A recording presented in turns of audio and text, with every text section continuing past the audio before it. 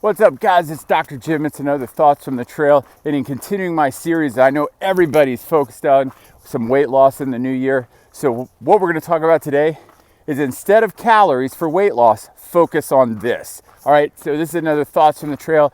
I hope you guys are getting a lot of value. Match that subscribe button, hit the bell icon if you get a lot of value. I'm going to keep bringing you these as we go. But when I get out here running, I just got done doing 5K over my lunch break. But when I get out here, I get thinking, and I know everybody's focused on weight loss for the new year. And I just wanted to give you tips because, listen, 6 years ago, I weighed 50 pounds more than I do right now. Weight loss is something, and weight is something I've had to overcome. So I know a lot about it. I've also helped over 3,000 people in my office lose 20 to 40 pounds in 40 days. So this is something I know a little something about. And one of the big mistakes that I see people making is, and it really complicates the whole weight loss equation, is people really look at just simply how many calories are in something. And you look at weight loss like it's a calories in, calories out equation, and it's not. Weight loss, and especially fat loss, is a hormonal event, all right? So to understand that better, we end up at a place where our fat storage hormones are way up and our fat burning hormones are way down. So what is the number one fat storage hormone you need to be concerned about? So instead of focusing on calories, right? Like this has 100 calories, this has 100 calories. Why should I choose this over this? You want to look at the hormonal event that it causes. And the primary hormone I want you to be concerned about is insulin. So here's what I want you to understand about insulin. Insulin does a lot of important things in your body, but you know what else it does? It's a primary fat storing hormone. Yeah, you heard that right. Yes, it helps get sugar into your cells for energy. Yes, it does a lot of things. It helps with muscle growth. It does a lot of really cool things. But you know what else it does? It takes excess sugar, it converts it into fat, and stores it. So and here's something else that's interesting about insulin. When you eat food that spikes your insulin, you know what happens? Yeah, fat burning cannot happen when your insulin gets elevated. It cannot happen. Your body has to burn sugar instead of fat when your insulin goes up. So if you really want to burn fat, if you want to get into a state of fat burning where you actually shrink your fat stores, because let's face it, weight loss isn't really the goal, is it? Right? Like I can cut off my right arm. I lose a lot of weight from that. That's not really what I'm looking for.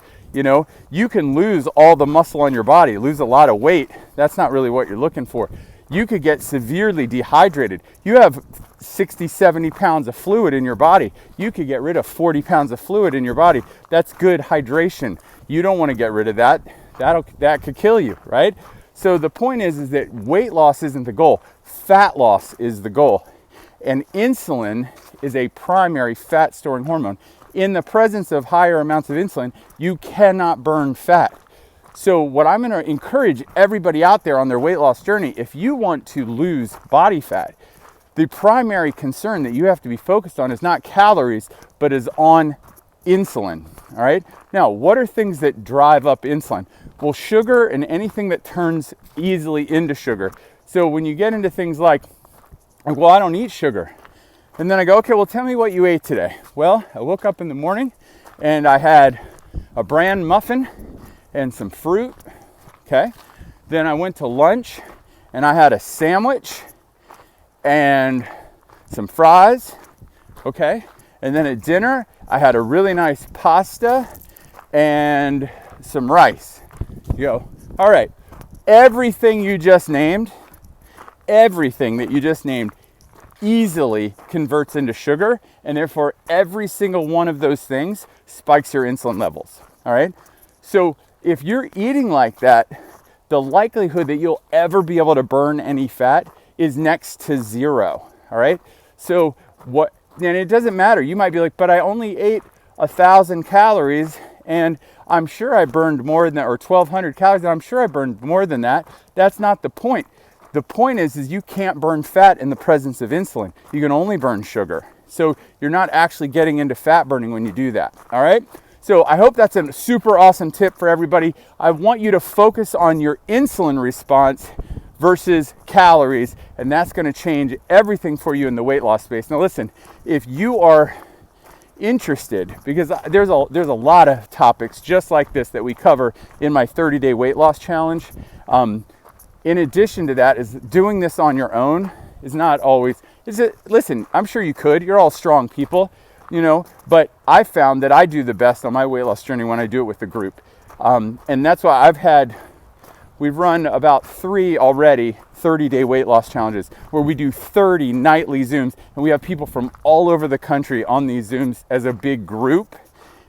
And man, the results are incredible. People are losing, 12, 14, 15, 20 pounds in the 30-day challenge. And then we have a whole system set up on the backside to help them continue. I just found out somebody who did an initial 30-day challenge with us, who we've been continuing to help, has lost, is now down 40 pounds. So it can make all the difference. We can help you with that. If you want to we are kicking off our next 30-day weight loss challenge in January.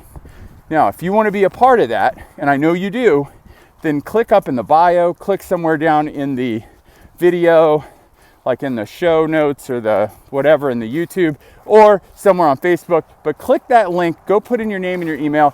I did a video to explain everything that's included in the 30-day weight loss challenge, and you have the ability to sign up right there. Do it now, because we have the cutoff is December 29th, because there's some really cool things we got to get handled before we get started, and we're going to start like January 3rd, January 6th, all right? So, just like I tell my son, every day before he goes to school, be your very best today. # never quit, and I believe that God wants the very, very best for you. The day you believe that could change your life forever. Have an awesome, awesome day.